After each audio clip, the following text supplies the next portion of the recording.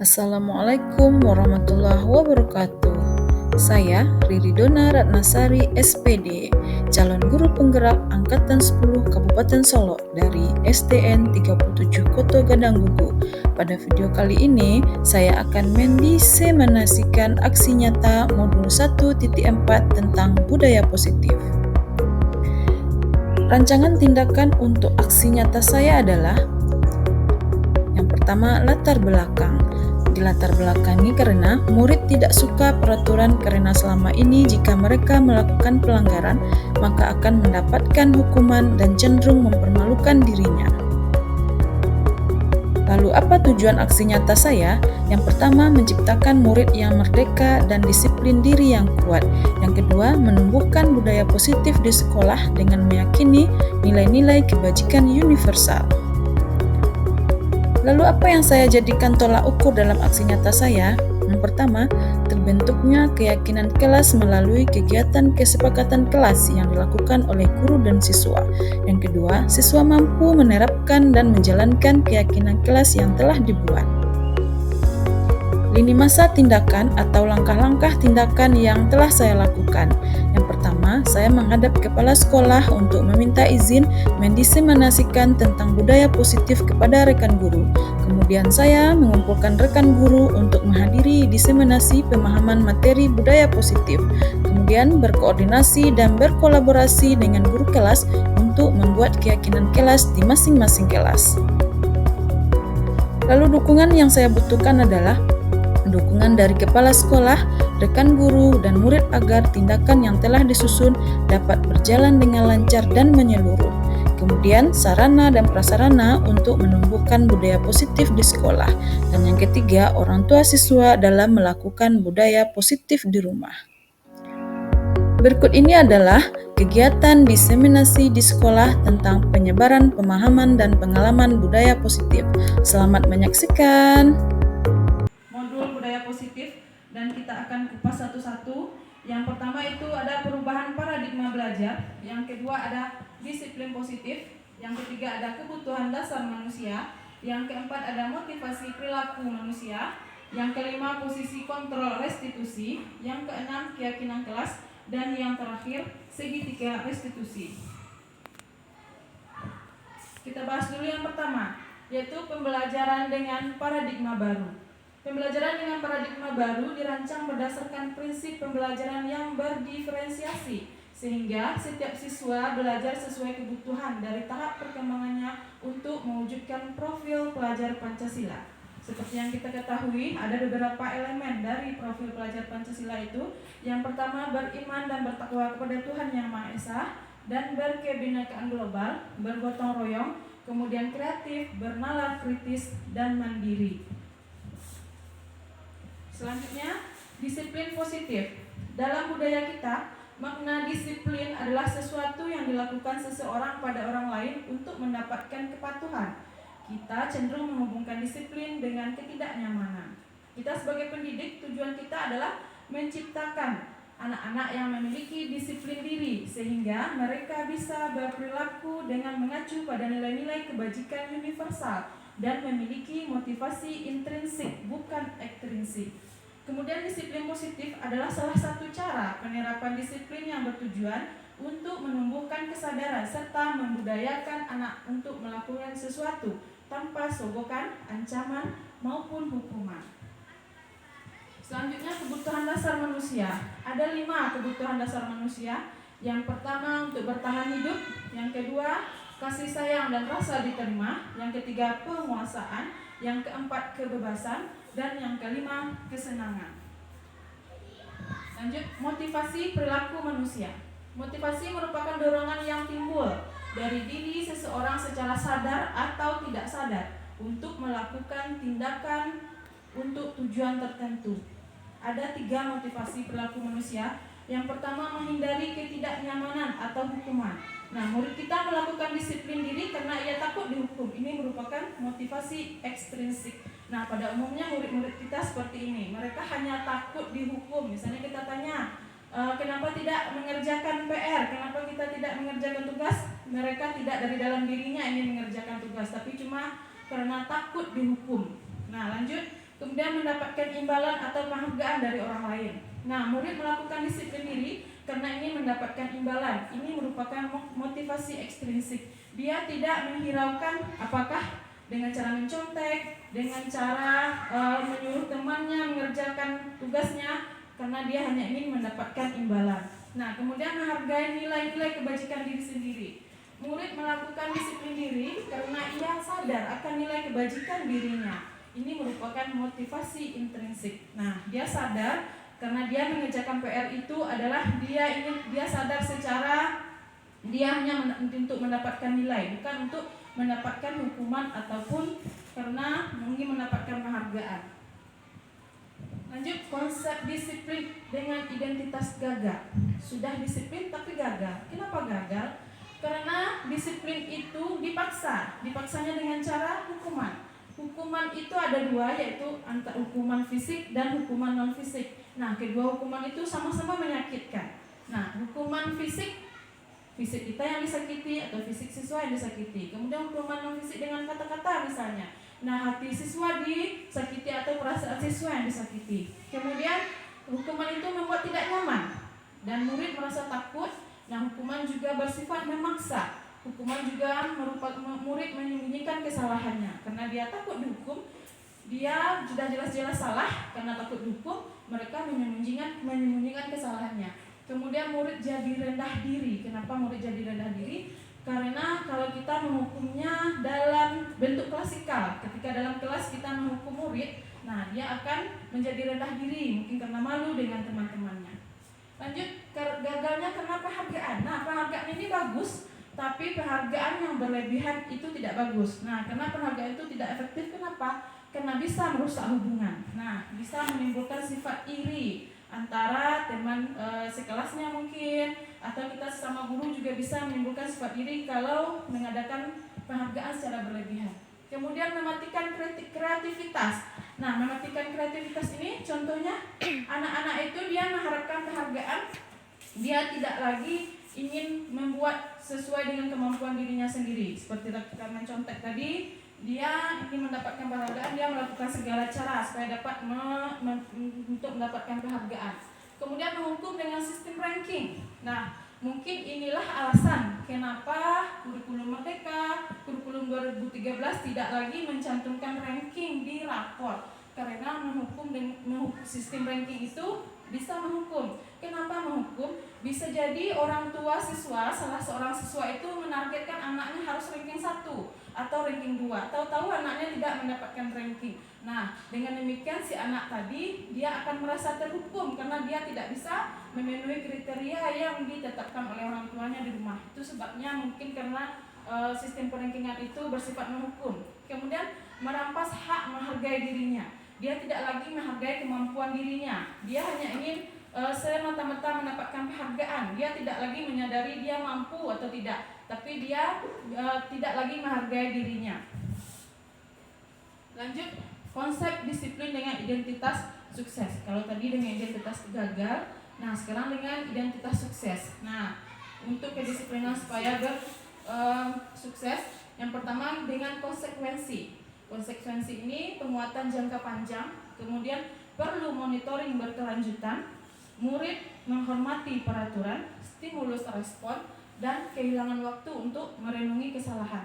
Kemudian restitusi. Nah, murid bertanggung jawab atas perilakunya, fokus pada pemecahan masalah jangka panjang, kemudian murid menghormati dirinya dan orang lain, teori kontrol atau dirinya memegang kontrol terhadap dirinya sendiri, kemudian murid bersemangat memperbaiki kesalahan. Lanjut, konsep disiplin pendekatan restitusi, sebuah cara menanamkan disiplin pada murid. Nah, pengertian restitusi itu sendiri adalah proses menciptakan kondisi bagi murid untuk memperbaiki kesalahan mereka, sehingga mereka bisa kembali kepada kelompok mereka dengan karakter yang lebih kuat. Gasen 2004. Kemudian ciri-cirinya bagaimana? Yang pertama, bukan menebus kesalahan, namun belajar dari kesalahan. Yang kedua, memperbaiki hubungan. Yang ketiga, tawaran, bukan paksaan. Nah, kemudian yang keempat, menuntun untuk melibatkan ke dalam diri. Kemudian mencari kebutuhan dasar yang mendasari tindakan, fokus pada karakter, bukan tindakan. Dan menguatkan dan fokus pada solusi. Lanjut, perbedaannya antara hukuman, konsekuensi, dan restitusi. Di sini ada contoh kasusnya. Siswa sering tidak mengerjakan PR. Nah, ketika siswa sering tidak mengerjakan PR, kalau kita hukum, guru menghukum siswa dengan cara hormat membela, itu hukuman, itu dinamakan hukuman. Kemudian guru marah dan murid menjadi takut, itu termasuk ke dalam hukuman. Kemudian kalau konsekuensi, guru memberikan konsekuensi untuk mengerjakan PR-nya pada jam istirahat dan dikerjakan sebanyak 2 kali lipat. Itu konsekuensi baginya. Karena di saat orang lain mengerjakan PR, dia bermain. Nah, saat orang bermain, nah konsekuensinya dia harus mengerjakan PR. Kemudian guru tegas dan siswa menghormati peraturan. Kemudian yang restitusi, guru menanyakan keyakinan kelas atau dirinya dan membantu siswa menyelesaikan masalahnya. Guru terbuka dan siswa menghormati dirinya dan orang lain. Nah, guru akan bertanya ke siswa alasannya kenapa tidak mengerjakan PR. Nah, itu yang dinamakan restitusi. Lanjut, 5 posisi kontrol restitusi. Nah, di sini ada 5 posisi kontrol guru. Nah, di antara yang kelima ini, kira-kira kita masih dikontrol yang mana?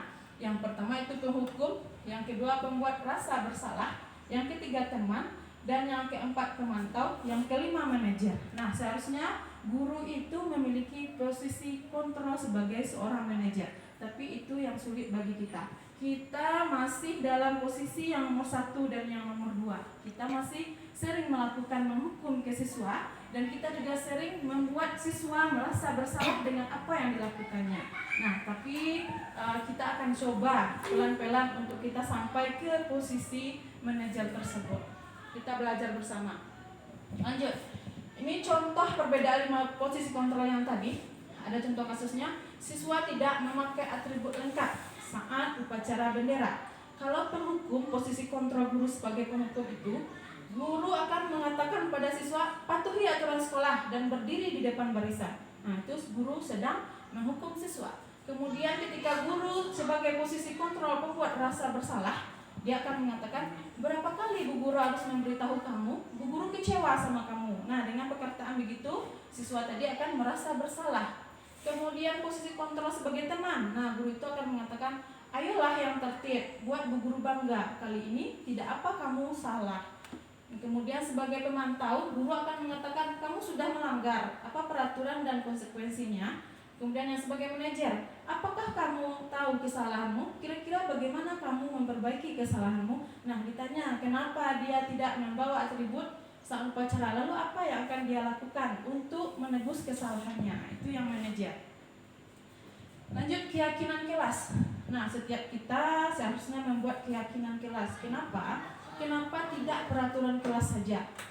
Mengapa kita memiliki peraturan tentang penggunaan helm? Nah, itu ibaratnya. Mengapa kita memiliki peraturan tentang penggunaan helm pada saat mengendarai kendaraan roda 2 atau motor? Kemudian ibaratkan lagi, mengapa kita memiliki peraturan tentang penggunaan masker dan mencuci tangan setiap saat? Nah, untuk pengibaratan itu, yang dua-duanya itu ada alasannya, itu yang peraturan. Kemudian ini ada sedikit foto-foto kegiatan membuat keyakinan kelas. Ini fotonya saya ambil di siswa kelas 5.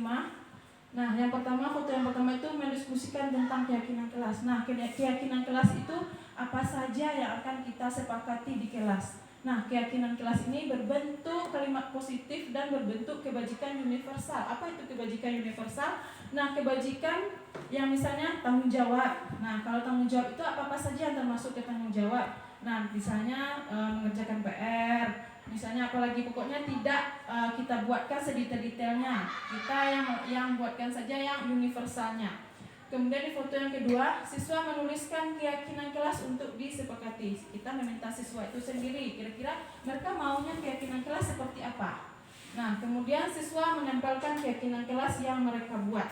Nah, setelah menempelkan, kita simpulkan saja beberapa. Tidak dari keseluruhan siswa, karena ada beberapa dari siswa itu ada yang sama, yang ingin keyakinan kelasnya seperti apa, ada yang sama. Nah, di sini saya ambil beberapa, ada yang menghormati, ada yang disiplin, ada yang tanggung jawab, ada yang tidak boleh membuli teman, tidak boleh mencontek, kemudian tanggung jawab lagi. Nah, ini beberapa saja yang saya ambil di kelas 5 kemarin. Kemudian bagaimana pembentukan keyakinan kelas itu? Nah, ini yang sudah dibahas tadi. Nah, untuk pembentukan keyakinan kelas itu lebih abstrak dari peraturan. Nah, kalau peraturan harus dipatuhi. Nomor 2 berupa pernyataan universal. Nah, pernyataan universal seperti tadi tanggung jawab, disiplin, apalagi menghargai teman, menghormati teman. Kemudian yang ketiga, dibuat dalam bentuk positif. Nah, dibuat dalam kata-kata positif, misalnya tidak boleh terlambat. Nah, itu kan kata negatif, kita ganti dengan datang tepat waktu. Nah, itu yang bentuk positifnya. Lanjut nomor 4, sedikit saja agar mudah diingat. Nah, tidak usah banyak-banyak, agar mudah diingat siswa. Kemudian yang kelima, sesuai dengan kondisi kelas atau sekolah agar mudah diterapkan. Nah, kita sesuaikan dengan kondisi kelas kita dan sekolah kita. Nah, nomor 6, semua warga kelas atau sekolah dilibatkan saat membuat. Nah, seluruh murid-murid kita libatkan saat membuat keyakinan kelas. Karena kalau sudah dilibatkan semuanya, tidak ada lagi yang akan melanggarnya karena kita sudah sepakat. Lanjut, segitiga restitusi. Nah, kira-kira ibu-ibu juga sudah pernah kan mendengar kata-kata segitiga restitusi ketika kita mengisi PMN. Nah, segitiga restitusi ini adalah kita memiliki posisi diri, kontrol diri itu sebagai manajer dalam menyelesaikan masalah ke siswa. Nah, kita pada saat ini masih dalam penyelesaian masalah siswa, masih dalam menghukum, masih dalam membuat rasa bersalah. Tapi kita akan mencoba pelan-pelan. Nah, untuk kita memakai posisi manajer dengan menyelesaikan masalah siswa ini dengan segitiga restitusi. Nah, segitiga restitusi ini ada 3 tahapannya. Yang pertama, menstabilkan identitas. Nah, menstabilkan identitas, kita semua akan melakukan hal yang terbaik yang bisa kita lakukan. Nah, kalau siswa berbuat salah, kita stabilkan dulu identitasnya. Nah, kita kuatkan dulu dia. Setiap orang pasti pernah berbuat kesalahan. Ibu guru sendiri juga pernah berbuat kesalahan. Tapi pasti kamu punya alasan kan? Karena kenapa kamu berbuat kesalahan? Kira-kira seperti itu. Kemudian yang kedua, validasi tindakan yang salah. Semua pelaku memiliki alasan. Nah, kita validasi dulu, kita betulkan dulu tindakannya, kenapa dia berbuat seperti itu. Kemudian menanyakan keyakinan. Nah, kita semua memiliki motivasi internal. Nah, setelah kita buat keyakinan kelas tadi, ketika ada siswa yang berbuat kesalahan, nah kita bisa memakai segitiga restitusi ini. Kita gunakan yang terakhirnya menanyakan keyakinan. Contohnya ketika mereka membuli temannya, itu kan termasuk keyakinan kelas saling menghormati. Nah, masih ingat tak dia tentang keyakinan kelas yang tentang menghormati? Kalau membuli teman, apakah termasuk menghormati teman? Kita tanyakan ke siswa tersebut. Lanjut. Nah, ini ada contoh penerapan segitiga restitusi. Ini sebenarnya ada videonya. Saya ambil di kelas 5 juga. Kasusnya si Raka ini tidak mengerjakan tugas. Nah, kemudian saya tanya, pasti dia punya alasan kenapa dia tidak mengerjakan tugas. Lalu dia jawab dia lupa. Dia kelupaan karena dia asik bermain game setelah sholat maghrib. Nah, sampai dia mengantuk. Nah, ternyata dia ada tugas, dia lupa. Kemudian saya tanyakan lagi keyakinan kelas yang mana yang dilanggarnya karena tidak membuat tugas. Nah, lalu dia jawab tidak bertanggung jawab. Nah, karena dia tidak mengerjakan tugasnya, jadi keyakinan kelas yang dilanggarnya yaitu tidak bertanggung jawab. Nah, kemudian saya menanyakan ke dia apa solusinya tentang yang telah dia langgar tadi. Lalu dia mengatakan akan mengerjakan tugas dan segera mengumpulkannya. Kemudian lanjut, ada lagi penerapan segitiga restitusi yang saya ambil juga itu dari kelas 5 juga, dari Indah yang bertengkar atau yang berkelahi dengan temannya karena si Indah ini tidak terima tugasnya dicontek, PR-nya dicontek terus-terusan oleh temannya. Karena dia marah, karena dia tidak terima, dia maki-maki temannya, dia bentak temannya, kemudian diambil bukunya dilempar. Nah, saya tanya juga, kenapa? Nah, karena alasannya itu tadi, dia tidak terima karena soal tugas dan PR-nya selalu dicontek. Nah, dia susah-susah mengerjakan, temannya tinggal contek saja, dia tidak terima. Kemudian saya tanya, tindakan dia yang memaki-maki, yang melempar buku temannya itu, keyakinan kelas yang mana yang telah dilanggarnya? Lalu dia jawab, saling menghormati teman. Nah, saling menghormati teman penting tidak buat Indah? Saya tanya begitu, katanya penting, Bu. Nah, jadi kalau penting apa yang akan Indah lakukan? Katanya dia akan meminta maaf ke Dava, dan ketika Dava terus-terusan mencontek PR-nya atau tugasnya, dia akan melaporkan ke guru. Nah, itu solusi yang dia berikan. Nah, dalam penerapan program disiplin positif, hendaknya guru memiliki standar kepribadian, profesional, dan sosial yang baik, di mana guru mampu berefleksi pada posisi kontrolnya saat ini. Bagaimana perjalanan dirinya sebagai seorang among atau posisi manajer. Among ini sama dengan menuntun, yang menuntun murid-murid menjadi insan yang mandiri, merdeka, dan bertanggung jawab. Ini adalah standar nasional pendidikan, ada di SNP. Selanjutnya, sesi ini berakhir. Semoga sesi belajar kita kali ini dapat bermanfaat sehingga kita bisa menghasilkan siswa yang berprofil pelajar Pancasila. Salam merdeka belajar. Terima kasih. Guru Bergerak Indonesia Maju. Wassalamualaikum warahmatullahi wabarakatuh.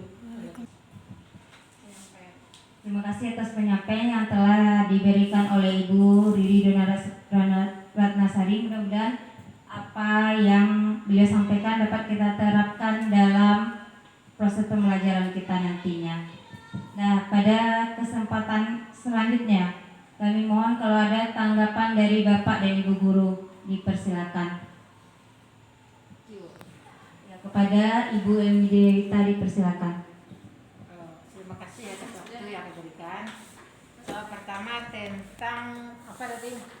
Bisakah itu dilaksanakan di sekolah kita kelas 1 sampai kelas 5? Tentang apa tadi itu? Apa nama-nama kelasnya nih? Keyakinan kelas. Iya, keyakinan kelas tuh. Bisa kalau dilaksanakan di kelas 1 sampai kelas 5. Itu tadi contohnya kan di kelas 5, kelas terbesar. Apakah kelas-kelas yang rendah bisa dilaksanakan? Ada lagi dari Bu yang lain?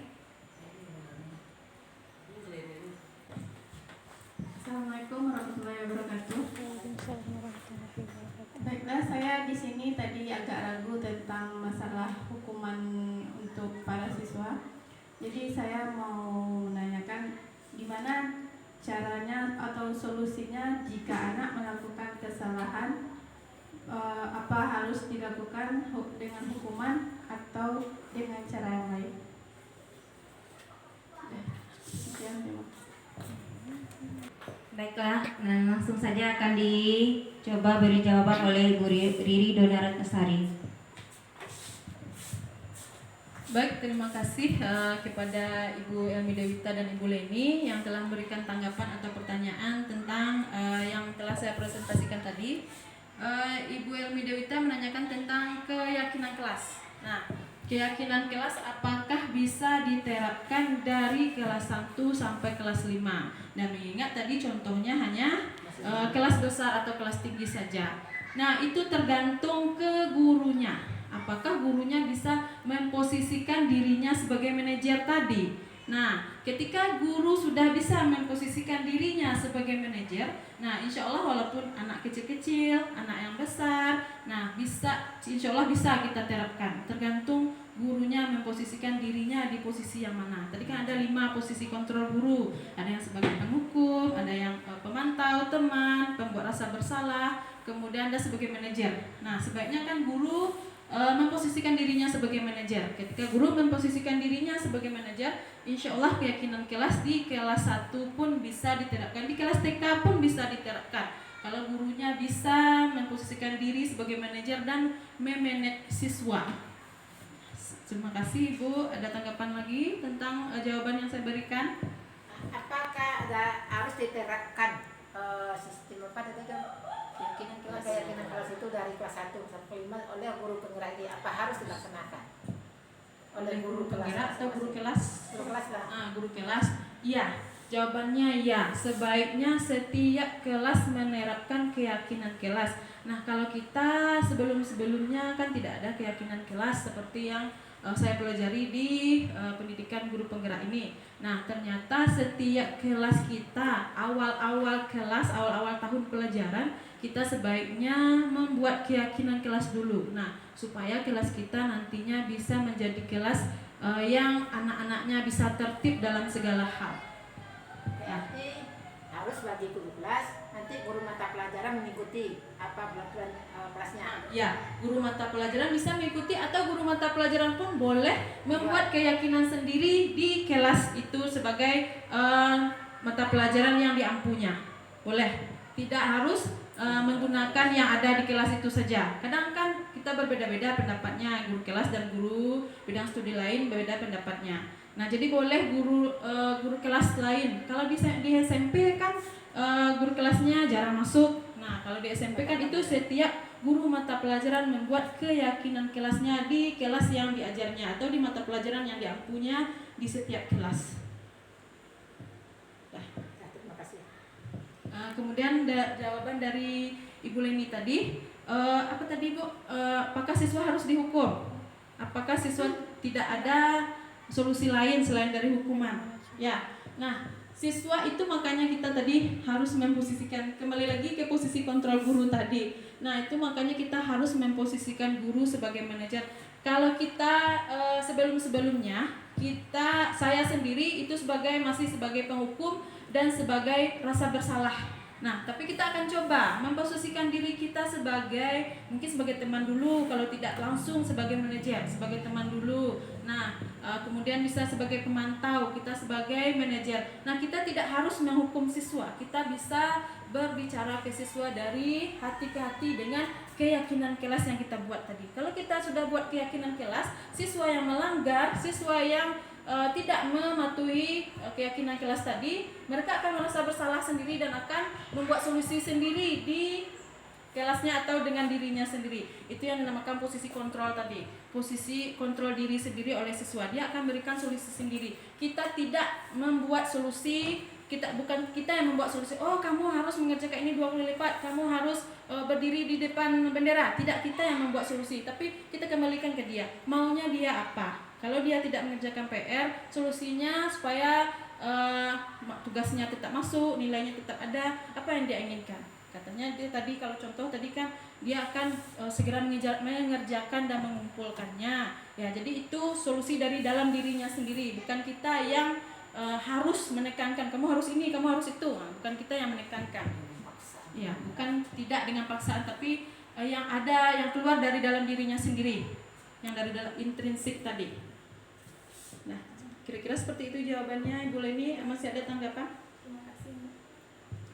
Baik, ibu-ibu yang lain masih ada tanggapan atau penguatan, kritikan supaya tugas supaya saya sebagai CGP bisa bersama-sama menerapkan dengan guru-guru lain tentang keyakinan kelas, disiplin positif, budaya positif di kelas kita. Nah, kita belajar bersama-sama. Nah, demikian saja. Kalau tidak ada lagi tanggapan, tidak ada lagi masukan, demikian saja saya sudahi. Wabillahi taufiq wal hidayah.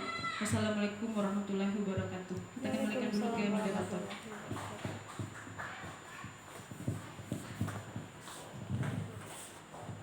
Terima kasih atas tanggapan dan jawaban yang diberikan oleh Ibu Ridhidona Ratnasari. Nah, dari diseminasi yang disampaikan beliau tadi dapat kita simpulkan, kita akan mencoba terapkan ya budaya positif mulai dulu dari diri kita, nanti sudah bisa kita terapkan di dalam kelas untuk anak-anak kita. Semoga anak-anak kita bisa menerapkannya dalam kehidupan sehari-hari. Nah, mudah-mudahan apa yang sampai itu bisa kita terapkan. Nah, akhir kata saya ucapkan alhamdulillahirrahmanirrahim. Apabila ada kekurangan dalam penyampaian ini, saya mohon maaf. Diakhiri dengan wabillahi taufiq wal hidayah. Assalamualaikum warahmatullahi wabarakatuh.